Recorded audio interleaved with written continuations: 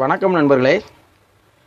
இன்றைக்கி வந்து நம்ம STK4141 3 ஐசி போட்ட ஆடியோ போர்டில் எப்படி அந்த குவாலிட்டி எப்படி மாற்றி அமைக்கிறதுன்னு இந்த வீடியோவில் பார்க்கலாம்.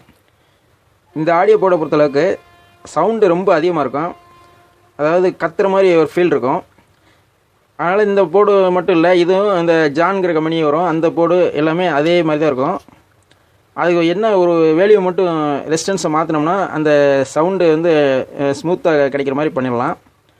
அதுக்கு முன்னாடி நீங்கள் இந்த ஆடியோ கேட்டு பார்த்தீங்கன்னா உங்களுக்கே பிடிக்கும். அது என்ன காமெண்ட்ஸை மாற்றுறதுன்னு இப்போ நான் சொல்கிறேன். இந்த போர்டை பொறுத்தளவுக்கு இந்த பாருங்கள், இந்த ரெண்டாவது ரெசிஸ்டன்ஸ் ஒன்று போட்டிருக்காங்க பாருங்கள்.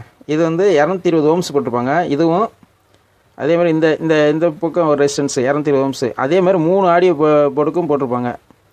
இதில் பார்த்தீங்கன்னா இந்த ரெசிஸ்டன்ஸு 220 ஓம்ஸு, இது 220 ஓம்ஸு, அதே மாதிரி இது 220 ஓம்ஸு, இது 220 ஓம்ஸு.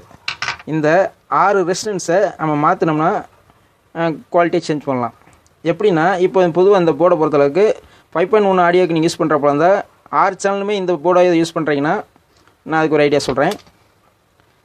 இப்போ இந்த ஸ்டீரியோ போர்டு, இந்த போர்டை வந்து ஃப்ரண்ட்டுக்கு யூஸ் பண்ணுறீங்கன்னு வச்சுக்கோங்க. இந்த ரெசிஸ்டன்ஸையும் இந்த ரெசிஸ்டன்ஸையும் சொன்னீங்கல்ல, அது ரெண்டுமே வந்து 1K போட்டுக்குங்க. இப்போ இந்த ஆடியோ இந்த செக்ஷன் இருக்குது பாருங்கள், இந்த ஸ்டீரியோ இது வந்து சப்பூப்பருக்கும் சென்டருக்கும் யூஸ் பண்ணுறீங்கன்னு வச்சுக்கோங்க. சப்பூப்பர் இந்த சைடு யூஸ் பண்ணுறீங்கன்னா இங்கிட்ட வந்து 560 ஓம்ஸ் போட்டுக்குங்க. 560 ஓம்ஸு சப்பூப்பருக்கு. சென்டருக்கு 1K போட்டுக்குங்க.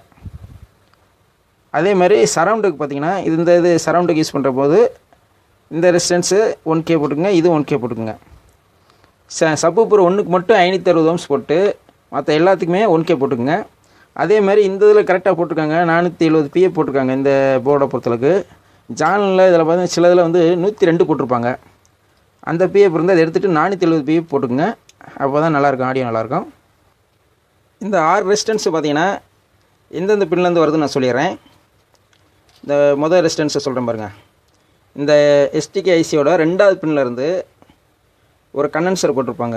அதாவது இங்கே ஆட்டுறேன் பாருங்கள், 100 MFT 25 வோல்ட் போட்டிருக்காங்க. இந்த கண்டென்சர் போட்டிருக்காங்களா?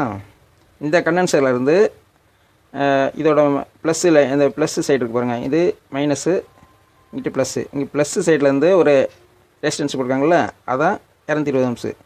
அதே மாதிரி இந்த சைடு பார்த்தீங்கன்னா 17வது பின்னில் பார்த்தீங்கன்னா இந்த கண்டென்சர் ஒன்று போட்டிருக்காங்க, 100 MFT 25 வோல்ட்டு. அதுலேருந்து ஒரு ரெசிஸ்டன்ஸ் எடுத்து பண்ணியிருப்பாங்க. அதான் அந்த 220 ஓம்ஸ் நான் சொன்னது. அதே மாதிரி தான் எல்லாத்துலேயுமே, அதாவது 2வது பின்னு 17வது பின்னு, 2வது பின்னு 17வது பின்னு, அதுலேருந்து ஒரு கண்டென்சருக்கு அடுத்து ஒரு ரெசிஸ்டன்ஸ் போட்டிருப்பாங்க. அந்த ரெசிஸ்டன்ஸை தான் நான் மாற்றணும். நம்ம மாற்றினோம்னா கிளாரிட்டியாக இருக்கும். என்னோடய போர்டுக்குலாம் நான் அப்படி தான் பண்ணியிருக்கேன். ஏற்கனவே இந்த மாதிரி ஒரு ஆம்பிளிஃபையர் அசம்பிள் வீடியோவில் கூட சொல்லியிருப்பேன். இந்த போர்டு தனியாக உங்களுக்கு சொல்கிறேன். அவ்வளோதான் நண்பர்களே. இந்த வீடியோ உங்களுக்கு பிடிச்சிருக்குன்னு நினைக்கிறேன். பிடிச்சிருந்தா லைக் பண்ணுங்கள், நண்பர்களுக்கு ஷேர் பண்ணுங்கள்.